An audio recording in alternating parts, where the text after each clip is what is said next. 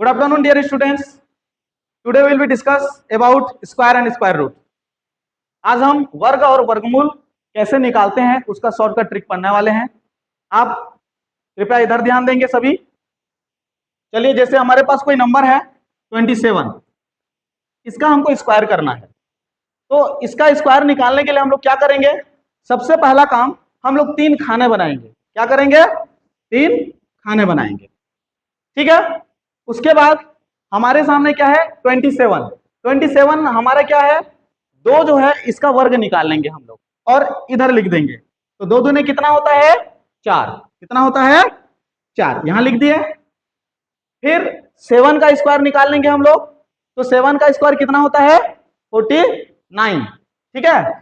7 7 कितना होता है बच्चों? 49, ठीक है। अब आप सोच रहे होंगे कि बीच में अब क्या लिखें, ठीक है। तो मैं आपको बता देता हूं बीच में क्या लिखना है।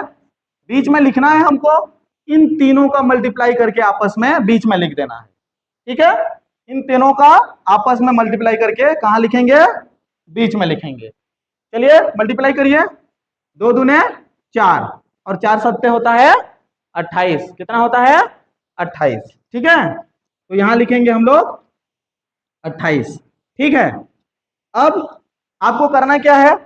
अब अगले स्टेप में हमारा आंसर आ जाएगा, ठीक।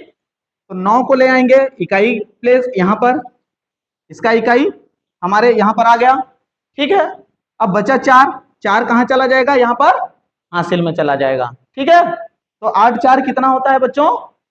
8 4 कितना होता है? 12। कितना होता है? 12। 12 का 2 यहां पर, ठीक है।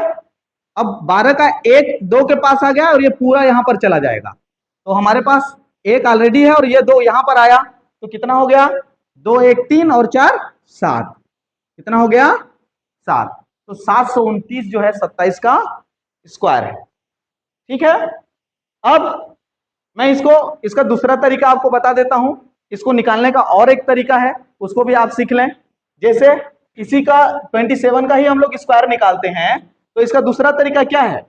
यहां पर 2 दूने 4 हम लोग यहां लिख लेंगे, ठीक है। साथ ही साथ 7 7 49 को यहां लिख लेंगे, ओके। अब इन तीनों का मल्टीप्लाई करने से कितना आता है? 2 दूने 4 4 7 28। कितना होता है? 28। तो 28 को कहां लिखेंगे? एक प्लेस को छोड़कर इस तरफ, एक प्लेस को छोड़कर इस तरफ 28 को यहां लिख देंगे। अब इन दोनों को क्या कर देंगे? ऐड कर देंगे।